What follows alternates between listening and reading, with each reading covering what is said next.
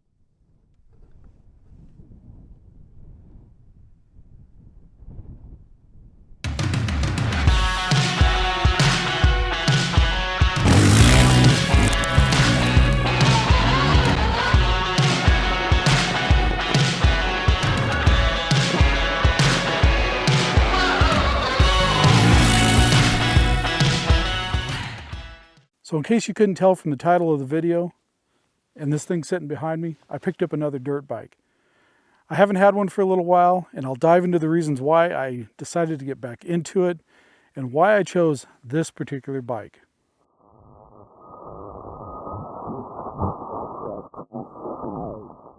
So what I have sitting behind me here is a CRF450L.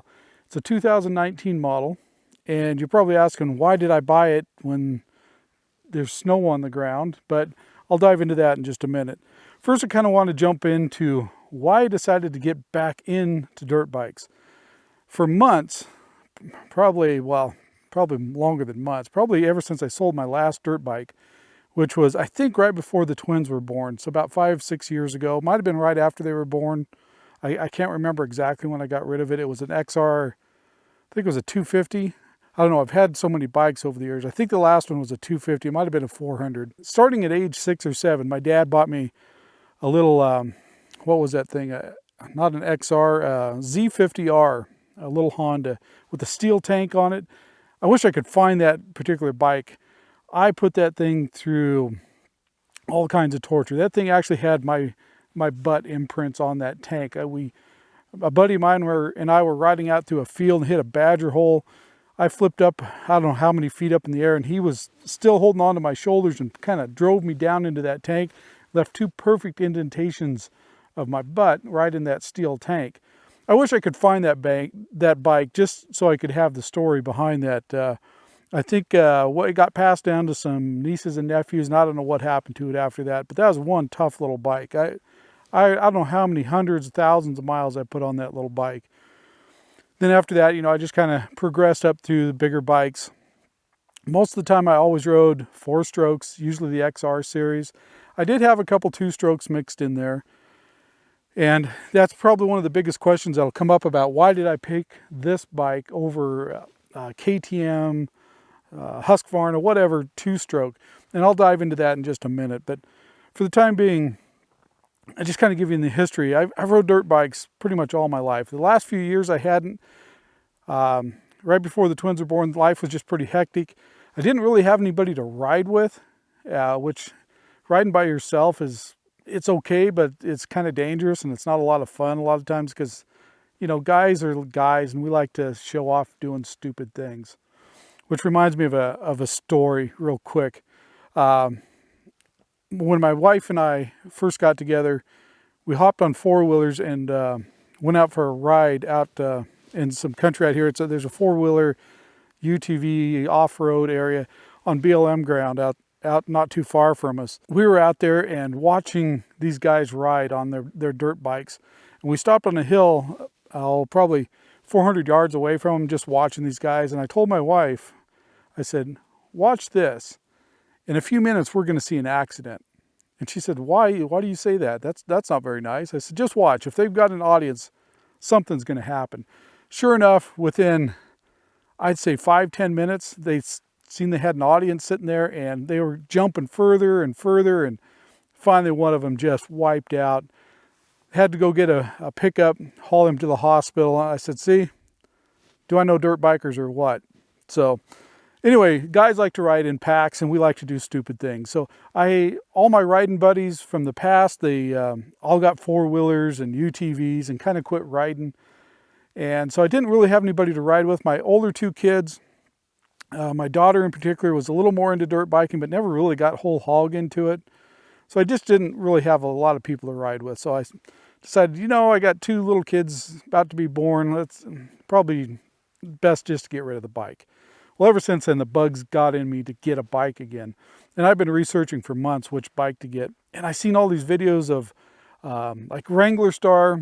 He bought that, I think it's a 300 Husqvarna. And other guys I've been watching. And those two-strokes look really like great bikes. Now, I've had a couple two-strokes in the past, and I'm not super fond of two-strokes. But again, I'll dive into that in just a minute. I want to give you my first impressions on this bike. I've only got about 70 miles on it before the snow started falling. I've only had it maybe a month, and I haven't had a lot of time to ride it. And the reason I bought it now was the price finally dropped on these bikes. Before these, you couldn't find one around any less than MSRP of $10,400 or whatever it is. I'd called all over the Pacific Northwest. Nobody would budge off of that price.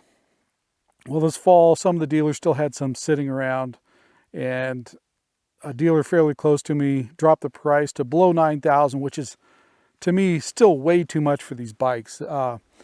Any of these bikes, these dual sport bikes, whether it be a KTM, Honda, any of these high performance dual sports are just overpriced in my opinion. They are quite a bike, but they're overpriced. So anyway, they dropped in below 9,000 out the door with the license plate and everything. It was just slightly over 9,000. So I decided, okay, I'll go ahead and buy one. It was kind of a tough deal because I was really looking hard at used bikes. Especially XRs. I was really wanting another XR because I really enjoyed riding them. They're bulletproof. They're built like tanks. They last forever. I wanted another XR, but I just couldn't find one that wasn't just beat to heck or was a long ways away, like 7-hour drives from me. And then the ones that were in good shape, they wanted a price almost like I could go buy a brand new bike. I've always wanted a high performance 4-stroke bike. So let's get this one. And the reason I chose Honda, I've always been kind of a Honda guy. I've had really, really good luck with Hondas. I did have one Yamaha. I didn't have the greatest luck with it, but it was used and heavily used before I bought it. So I can't really fault the bike. I think the previous owner had done a lot of tinkering with that bike and caused some problems. So anyway, let me go through some of the specifics on this bike that I like and some that I don't like so much. So this bike will be the first bike I've ever owned that I'm going to wind up doing a ton of upgrades on. All the XRs I ever owned, I put bark busters on them and a skid plate and left the bike alone, and the thing ran like a top the whole time I had them. I had new ones, used ones, all of them except for one, which I got used and extremely used, were excellent bikes. No problems with them, very minimal upgrades to any of them. This, on the other hand, this bike needs some upgrades to it. And it's kind of disappointing in a way, but I'd already watched enough videos to probably know that I was going to need upgrades. I was hoping those guys were just wrong, and I really didn't need to upgrade the bike. Some guys, they just like to tinker with things. I'm not one of those guys. If it works the way it is, if it's stock and it does what I want it to do, I'm going to leave it alone. I found a long time ago, stock bikes or stock anything will run a lot longer than if you modify them in general. This bike, on the other hand, well, let me say this to start with. This bike's got uber amounts of power. If you happen to catch the Wrangler Star video where he did this, I completely, when I first saw that video, I was like, man, this guy, he doesn't know what he's doing. Of course, I've done stupid things like that myself, and I hate to admit it. But I was like, wow, how could that happen? Well, after hopping on this bike for the first time, I completely understand why that happened. That throttle on that bike is extremely touchy, especially at the low end. Mid-range on up, it's fine. The low-end throttle response is terrible on this bike. And the other thing is, it's got uber amounts of power. It does not take hardly anything to lift the front tire of this bike off the ground with that throttle. So I think he might have come off that grass area in second gear and just goosed it a little bit and it came up unexpectedly. I can completely see how that would happen after riding this for the first time. So with that said, power is not an issue with this bike at all. The seat. The seat on this bike is horrendous. Why on a dual sport bike Honda decided to put this seat on this bike? This would be fine for motocross maybe, but for a dual sport, it's terrible. I'm going to change it out to a seat concept seat. After Christmas and all the holiday season's over, I'll start ordering parts for this bike. But the first thing that's going to get upgraded is that seat. I already got bark busters for it. So here's another funny story. I know this is kind of rambling, but I went to pick this bike up. I did most of the deal over the phone. Went over to pick it up. We loaded the bike up. The manager comes running out and two other guys said, "Hey, we can't let you take this bike today." I'm like, "What do you mean you can't let me take this bike?" He's like, "Well, I just went to enter it in the system and it's got a recall on it." And it happened to be the same day Honda released the recall on this bike for some horn bracket malfunction. So they wouldn't let me take the bike. It was they had to quit selling the bike that day. And they'd checked the day before and there was no recall on the bike, but the day I went and picked it up, there was a recall on this bike. So in order to make up for it, you know, I wasn't really upset because I knew I wasn't going to ride it a whole lot because the weather was changing. I just wanted the bike for springtime. I wanted it while the price was down a little bit. So I said, you know, it's not a big deal. And they offered to sell me the bark busters and some other items at cost. So I think I got the Zeta, however you say that, bark busters. I haven't put them on yet. And a couple other things at cost. So they made up for it and they actually delivered it right to my house because of the hassle. So I was cool with it. So I'm going to put bark busters on it. I may change the handlebars. I don't know. On some of the XRs I had, I put the Pro Taper bars on and some of them I left stock. And I really honestly couldn't tell a huge difference in the way I ride. Now, I'm not a professional rider by any stretch of the imagination. I've been riding a long time, but there's a lot of stuff, you know, obviously I'm not awesome at. I'm not a good jumping guy. I like climbing technical stuff over logs, trees, roots, up hillsides, that kind of stuff. That's the kind of riding I enjoy. But, so I don't know. I may keep these bars. We'll see. The tank, the fuel tank, I think it's, don't quote me on this, I think it's like a 2.2 gallon fuel tank. Pretty small fuel tank, especially for a dual sport bike. I'm going to upgrade that tank to a, I think it's a 3-point-something gallon tank. I can't remember who makes it, MSI or somebody. And so that's one of the upgrades. This bracket back here for the lights, the rear lights, and the, I'm losing my mind this morning, the license plate. That thing's kind of hideous. It hangs down quite a ways. I found a couple other ones that are quite a bit better, or I just may modify this one and move this up. I found one of the lights that the turn signals are built into the brake light. I may buy that so it's way more compact, because even though these are fairly flexible, I can see I'm going to rip those off at some point, those blinkers. So I think I'm going to change that. Probably the biggest upgrade that needs to be done to this bike is a new ECU for the fuel system. They made this bike to be legal in all 50 states. As such, it has to meet all these EPA restrictions. So it's actually got a catalytic converter in the exhaust.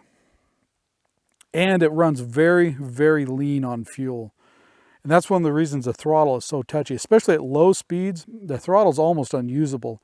If you're crawling through really rough stuff and trying to use that throttle, I can see that's going to cause problems galore. In order to fix that, I want to get rid of the catalytic converter anyway. This thing's not going to be road queen by any stretch of the imagination. It may spend 15 to 20%, if that, time on the road. The rest of the time it's going to be a trail bike. So I'm going to change the exhaust. But in order to do that, you have to change the ECU because it's mapped to use the catalytic converter. So the one that everybody recommends, I think it's made by Vortex, it's like $600 to upgrade that, plus the exhaust. That alone is going to cost, I don't know, $1,200, $1,500 to upgrade that just so you have a decent throttle. And I'm not really blaming Honda on that one because they made it to meet emissions, and so that it's really lean on fuel. So it's kind of one of those things, I kind of knew what I was getting into. It's a little worse than what I expected. I kind of thought people were just making a big deal about nothing on the throttle, but it definitely needs changed to something better, especially the riding I'm going to do. If you weren't doing real technical riding, you could probably get by with it just fine. The tires, you know, they're stock tires. They're nothing to write home about. I'll probably change those to something else. Haven't decided what yet. Let's see, what else on this bike do I need to change? I think that's the major items. Like I said, the seat, the fuel, exhaust, bark busters. Oh, skid plate. It needs a better skid plate, and it needs... This is one thing I'm going to ding Honda on, is why not put real protectors on your brake disc here. They put little plastic cheap things on there, and I just looked down, I've already kind of tweaked it just going through sagebrush. So that, it needs a guard on that front and rear disc brakes to protect that rotor a little bit. But it does need a better skid plate up front. I'm trying to think of anything else that I thought of that needs done on this bike. I should have wrote it down, but I didn't. But that's it in a nutshell. There's quite a few upgrades. I figure I'm going to dump about 2,400-ish, maybe more, into upgrades on this bike, which is kind of irritating, being you just spent $9,000 on a bike. Then you got to put $2 more into it to make it equal to the old XRs I used to ride. Especially that seat, man, that thing is terrible. I can't say enough bad about that seat. I mean, it's there, you've got something to sit on, but that's about all I can say about it. Okay, down to the question everybody's asking, why didn't you get a two-stroke bike? Because they're lighter, they're easier to rebuild, blah, blah, blah, blah, blah. Okay, first off, I've had two-strokes, I hated them. Now, mind you, that was back in the 90s. I think one of the bikes was actually like an 88 model. I don't remember the exact year. It was a YZ490. That thing was a terrible bike. I hated that thing. And I know the new bikes of today are nothing like those bikes. I understand that. But I do like the power delivery of four strokes, no matter what bike, better than two strokes. It's just, grew up on four strokes. I'm used to them. I don't know if I could ever get used to the two-stroke power delivery. I might, and the lightweight bikes really look nice. And someday I may try to actually get one down the road. I don't know. Here's the other reason. I wanted to be able to once in a while ride on the street. I hate riding on the street. It's one of my least favorite things to do on a motorcycle. I've got into a pretty good wreck over when I was going to school over in Boise. I bought this CB750, I think it was, Honda. And I had it a day and went through a light right there by Boise State University. And this gal ran the red light. And luckily I was kind of paying attention. I laid that bike over, and as I went under a rear bumper, I smacked my head.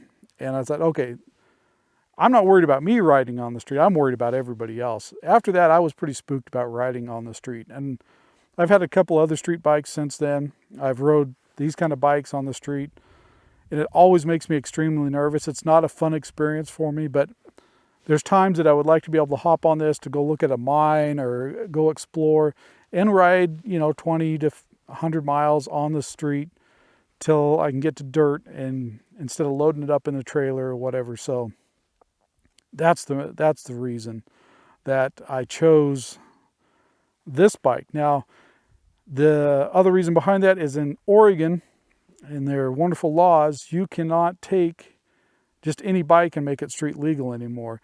You used to be able to get Baja kits or Baja design kits and all those and put on the bike and get a license plate for it. Well, no longer, unless it came from the factory, street legal, or you can provide documentation that it meets EPA regulations, they're not going to license the bike. Two strokes are out. Then none of them will meet the EPA regulations, so you cannot get them licensed in Oregon. That was the other big reason why the four-stroke, even though I kind of considered the two-stroke for a while, I made the decision I do want to ride on the street once in a while, and so I was limited to a four-stroke bike. And then Honda come out with this thing, and it kind of fit the bill pretty perfect for what I wanted. The The thing I'll say about this bike is the engine's completely different than the old XRs I used to ride. You have to do oil changes. They recommend every 600 miles on this bike, which is kind of ridiculous. I've read some guys are stretching it out to 1,200 miles with full synthetic oil.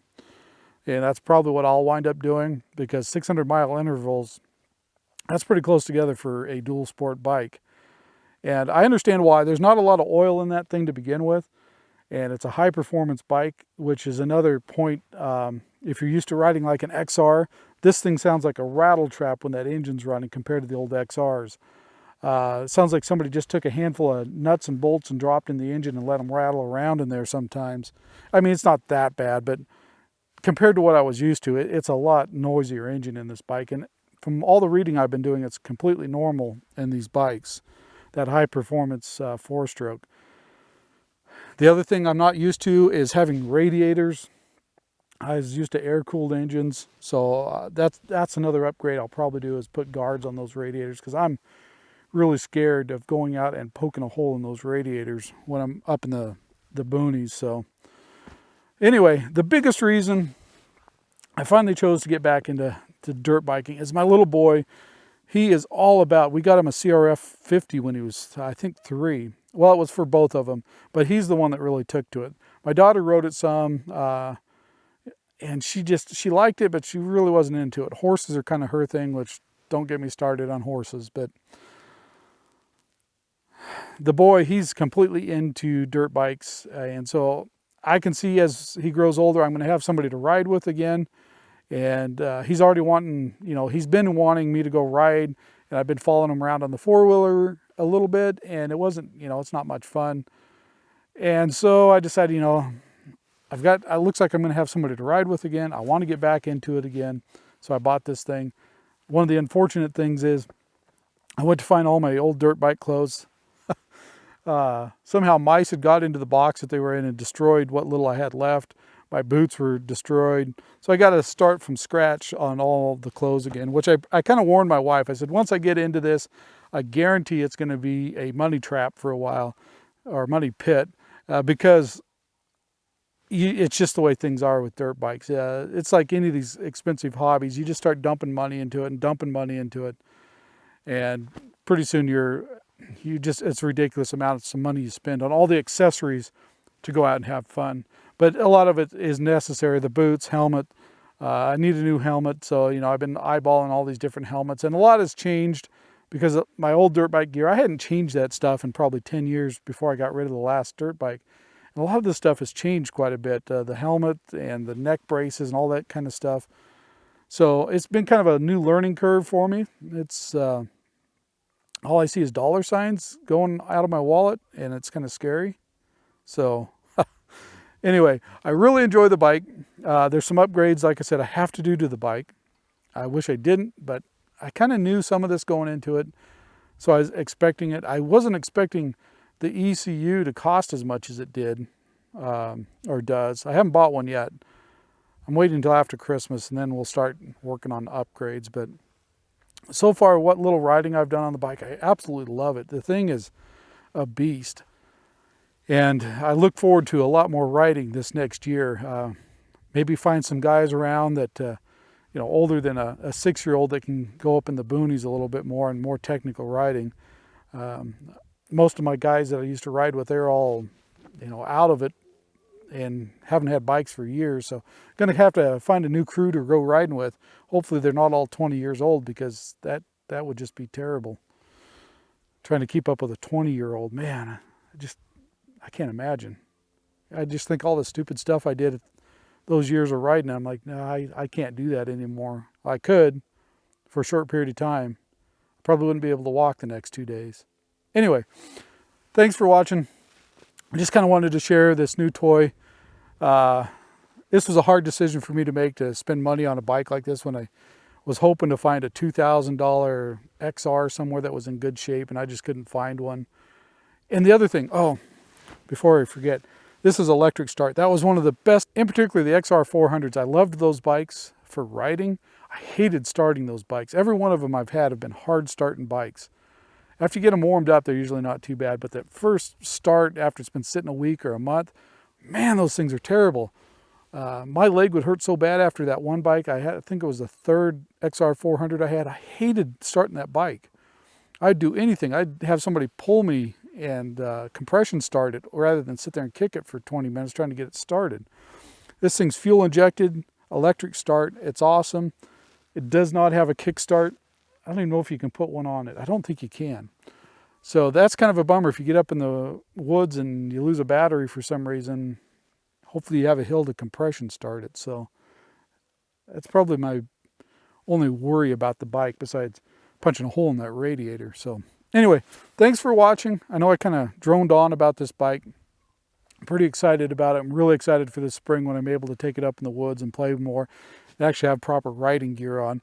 The riding I've been doing is just some cowboy boots and my old helmet and just hoping I don't wreck. So we'll see you guys on the next video.